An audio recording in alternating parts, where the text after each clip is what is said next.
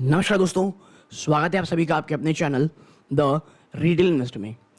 दोस्तों, यहाँ पर मैं जिस स्टॉक की चर्चा करने वाला हूँ वो आपकी स्क्रीन में होगा।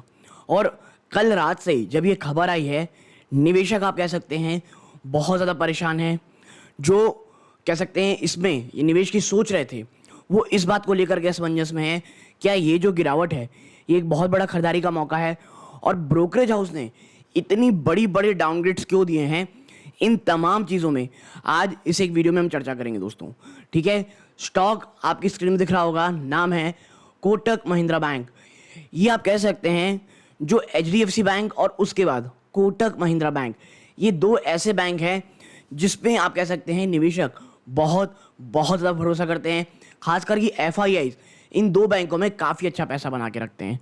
ठीक है, और पिछले कुछ समय से आप कह सकते हैं जब से उदय कोटक जी गए हैं, सबको यही डर था कि क्या ये बैंक एक आप कह सकते हैं टॉप नॉच जो फंक्शनिंग है वो कर पाएगा। और कल रात की जो खबर आई है इसने एक बहुत ही ज़्यादा नेगेटिव सिग्नल अपने निवेशकों को दिया है। और इतना भयंकर नेगेटिव था दोस्तों वो न्यूज़, स्टॉक 10% की गिरावट दिखाया। और मैं आपको बता दूं, ये कोई छोटा मोटा स्टॉक नहीं है ना। कोटक महिंद्रा बैंक अगर 10% गिर रहा है, ये एक बहुत बहुत बड़ी बात होती है।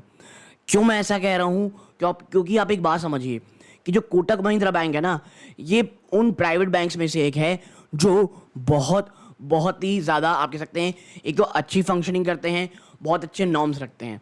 ठीक है, और लेकिन पिछले एक साल में अगर आप देखेंगे तो स्टॉक ने 12% से ज़्यादा का निगेटिव रिटर्न दिया है। और इस 12% में ना ये जो 10% है वो भी शामिल है।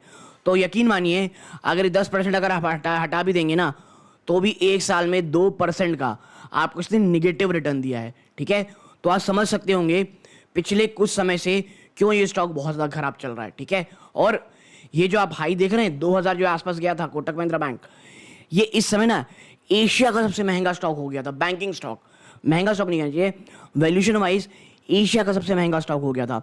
और उसके बाद आप देखें तो स्टॉक कहीं से भी नहीं चलता हुआ आपको दिखाई दिया था। और आप देखें तो एक भयंकर क्रैश, एक भयंकर गिरावट आपको यहाँ पर देखने को मिल रही थी। आपको याद होगा सिमिलर केस एचडीएफसी बैंक के साथ हुआ था, जब आरबीआई ने इन लोगों को डिजिटल बैंकिंग और क्रेडिट कार्ड को नए बिजनेस को उठाने से लेकर के मना कर दिया था। ठीक है, और उसका नेगेटिव असर क्या हुआ था हम सबको पता है। नए जो क्रेडिट कार्ड प्लेयर्स हैं वो कितने एग्रेसिव सामने आए ये भी हमको पता है। ठीक है, अब बात करेंगे कि ऐसा क्या कर दिया। लेकिन आगे बढ़ने से पहले दोस्तों, अगर आप इस चैनल पहली बार आए हैं प्लीज़ सब्सक्राइब का बटन ज़रूर दबाइएगा। आप ऐसा करते हैं चैनल की ग्रोथ होती है, बहुत बहुत मोटिवेशन मिलता है। ठीक है, अब आप देखें यहाँ पे भाई 25 अप्रैल को शेयर क्लोज होगा बहुत निचले स्तर पर, इसका अनुमान लगाया जा रहा था दोस्तों लाइकली, क्योंकि reserve bank of India RBI ने होल्ड कर दिया है प्राइवेट सेक्टर लेंडर को ऑनबोर्ड करने से क्लाइंट थ्रू ऑनलाइन चैनल्स और क्रेडिट कार्ड इशू करने से। यानी ऑनलाइन चैनल्स, आप समझ रहे हैं आज के समय में इंडिया के लिए, दुनिया के लिए ऑनलाइन से आप कहते हैं जो वर्ल्ड बैंकिंग है, ऑनलाइन सेवाएं एक कितनी इंपॉर्टेंट चीज़ हो गई है। और आप अगर वहीं से अपने नए कस्टमर नहीं ले सकते हो तो आप क्या करोगे? क्रेडिट कार्ड के बिजनेस को भी आप नहीं कर सकते हो। And the central banks action में hamper Kotak's retail business and sentiment around the stock price, ये एनालिस्ट का कहना है। ठीक है, तो इसके बाद क्या आता है, और मैक्वारी ने जैसी बड़े, आप क्या बात करते हैं बड़े ब्रोकरेज हाउसिंग है, क्या है मैक्वारी का ये व्यू है कि जो बैन लगा है ना, ये एक सिग्निफिकेंट यानी बहुत बड़ा सेटबैक है कोटक बैंक को, particularly given it's reliance on digital channel for customer acquisition. और देखिए पर्टिकुलरली कोटक बैंक के लिए इतना प्रॉब्लम क्यों है, क्योंकि ये डिजिटली जिस प्रकार से नए नए कस्टमर्स अपने लेता था ना, जिस प्रकार से ये इसके लिए ये जो डिजिटल प्लेटफॉर्म है ये अन्य बड़े बैंकों के मुकाबले कहीं ज़्यादा है। क्यों? आप देखें, क्योंकि जो substantial number of savings account open होते हैं दोस्तों, ये इनके थ्रू होते हैं 811 डिजिटल प्लेटफॉर्म से, with a majority of unsecured product also process digitally. और जो अनसिक्योर्ड प्रोडक्ट है जहां पर मार्जिन बहुत अच्छे मिलते हैं बैंक को, वो भी आप कहते हैं डिजिटली आता है। And the digital segment have shown N impressive growth of 40% on an year. और ये डिजिटल सेगमेंट इतना ज़्यादा इंपॉर्टेंट है कि 40%, जी हाँ 40% की इंप्रेसिव ग्रोथ ये साल दर साल दिखा रहा था, और आउटपेसिंग जो ओवरऑल ग्रोथ, जब आप ओवरऑल ग्रोथ देखते हैं तो वो 18% थी। अब जहां ओवरऑल ग्रोथ 18% है, डिजिटली आप 40% लाते हैं, तो आप समझ सकते होंगे ये कितना बड़ा सेटबैक है। बात करें सिटी की, तो उनका ये मानना है कि आरबीआई के जो एक्शन है ये बड़ा एडवर्सली इम्पैक्ट करेगा, यानी निगेटिव इम्पैक्ट करेगा बैंक की ग्रोथ को, प्लस इनका जो नेट इंटरेस्ट मार्जिन है और फ्री इनकम है। क्योंकि भाई देखिए, डिजिटली बहुत सारी फीस आ जाती हैं दोस्तों, एक अच्छा ग्राहक आता है, और अनसिक्योर्ड आप कह सकते हैं ना, जो अनसिक्योर यहाँ पे जो कहा जाए जो अनसिक्योर्ड प्रोडक्ट है वहाँ पे मार्जिन बहुत ज़्यादा आते हैं। तो भाई साहब आपकी नेट इंटरेस्ट मार्जिन भी गई, और जो broker has put and neutral on stock with a target price of ₹2040, और इतनी निगेटिविटी के बाद भी 2040 रुपए की यहाँ पर बात कही जा रही है। ठीक है, आप देखें, while imposing the ban on Kotak, the RBI pointed to material gaps in lenders digital and security platform। अब देखिए आरबीआई ने ऐसा क्यों किया है, आरबीआई ने ये पॉइंट किया है दोस्तों कि भाई जो कुछ मटेरियल गैप देखने को मिल रहे हैं लैंडर्स के डिजिटल और सिक्योरिटी प्लेटफॉर्म में पिछले 2 सालों से। जी हाँ, ये अभी की बात नहीं है, पिछले 2 सालों से ये लगातार प्रॉब्लम चल रही है। और फॉलोइंग द बैन, जेफरीज जो पहले होल्ड रेटिंग दी थी कोटक महिंद्रा बैंक ने, उसने टारगेट प्राइस लो कर दिया है और 1970 रुपये कर दिया है, जो पहले 2050 रुपये थे। And the brokerage highlight that the action taken by the RBI will be reassessed following the audit and resolution process. और जब एक ऑडिट हो जाएगा उसके बाद वापस से बताया जाएगा कि भैया ये बैन कब तक जारी रहेगा या नहीं रहेगा। एमके ग्लोबल ये बिलीव करते हैं कि जो रिस्ट्रिक्शन है दोस्तों ये बिजनेस ग्रोथ को इम्पैक्ट करेंगे, और including Kotak Mahindra banks dwindling CASA ratio. ठीक है, और क्यों, देखिए जो कोटक महिंद्रा बैंक है उसका जो कासा रेशियो है वो ऑलरेडी बहुत ज़्यादा प्रेशर से गुजर रहा है। ठीक है, और वो 13% गिर चुका है from its peak to around 48%, and its new card acquisition, and this will lead to earning being hit in medium term.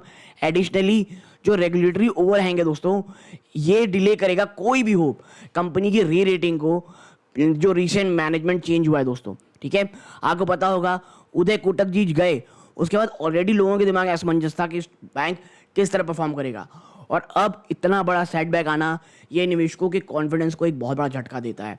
और ब्रोकरेज ने कहा है कि वो रिवाइज करें रेटिंग का दोस्तों, टू रिड्यूस जो पहले ऐड थी, और अपने मार्च 2025 का जो टारगेट है वो 1750 रुपये कर दिया गया है, जो पहले 1950 था। यानी एमके ग्लोबल ने तो बहुत ही बड़ा झटका दिया है। ठीक है, ये तमाम चीज़ें हैं। आप देखें यहाँ पे, तो यहाँ पे ये कहा जा रहा है कि भाई जो जेफरीज हैं उन्होंने कहा है एचडीएफसी बैंक में जो बैन लगा था उसके पैरेलल ये चीज़ें लाई हैं, which face similar regulatory action from the RBI in 2020, and it took the bank approximately 9 to 15 months to resolve the issue. अब आप समझिए एचडीएफसी बैंक में जब बैन लगा था 9 से 15 महीने लग गए थे ओवरऑल इशू को रिजॉल्व करने में। However, if the resolution process of Kotak Mahindra bank extend beyond 6 months, it could potentially impact both revenue and cost for bank. ठीक है, और याद रखिएगा अगर ये जो बैन है ये 6 महीना चल गया, 6 month, तो इनकी जो रेवेन्यू है और ये सब चीज़ें हैं इनमें एक बहुत बहुत बड़ा झटका लगेगा दोस्तों। ठीक है, ठीक है, आप यहाँ पे देखें, एक बैंकिंग फंड मैनेजर जो अपना नाम नहीं बताना चाहता था, उसने मनी कंट्रोल से कहा that there would be an up to 5% correction Kotak bank stock price, which is the worst case in near term. He added that it would take 6 to 9 months to resolve such issues and it would be difficult to gauge। और भाई साहब ये जो भी आदमी था ये बहुत ही बड़ा मुझे लगता है बेवकूफ़ है, उसने 5% कहा था अप टू, वही वर्स्ट केस सिनेरियो में ऑलरेडी 10% का क्रैश ऑलरेडी हो चुका है ना दोस्तों। ठीक है, earning may find way on board customer offline if there restriction on online. अब भैया ऑफलाइन भी पाने के लिए लोग सीधा ऑनलाइन ही आते थे, यानी ऑफलाइन बात कर लिए फिर ऑनलाइन चीज़ें प्रोसेस करते थे, लेकिन अब उसमें बड़ा बैन लगेगा। अब last but not the least जो CLSA है वो सबसे अलग ही चाल चल रहा है। उसका ये बिलीव करना है कि जो इम्पैक्ट है दोस्तों ऑफ दिस बैंक और banks profit is likely to be modest unless the ban stage for long. ये कहता है कि भैया अगर बैंक में ये जो बैन है लंबा नहीं चलता है तो कोई बहुत बड़ा प्रॉब्लम नहीं होने वाला है। ठीक है, मुझे ये लगता है 1500 ये एक ऐसा जादुई आंकड़ा है बैंक के लिए 15 to 1300। अगर बैंक यहाँ पे मिलता है कोटक महिंद्रा बैंक, तो मुझे ये लगता है कि निवेशकों के लिए एक बहुत बहुत अच्छा मौका होगा फॉर अ लॉन्गर टर्म। क्योंकि देखिए at the end of the day हर कोई आपको ना 2000 से 1900 के बीच का हर कोई एक टारगेट ज़रूर दे रहा है, और कोटक महिंद्रा बैंक जैसे महंगे वैल्यूएशन वाले स्टॉक को लेने का इसी प्रकार का आपको मौका मिलता है दोस्तों। ठीक है, तो आप यहाँ तक जुड़े रहे, इस बात का बहुत बहुत धन्यवाद। ये इस वीडियो का अंत है। जय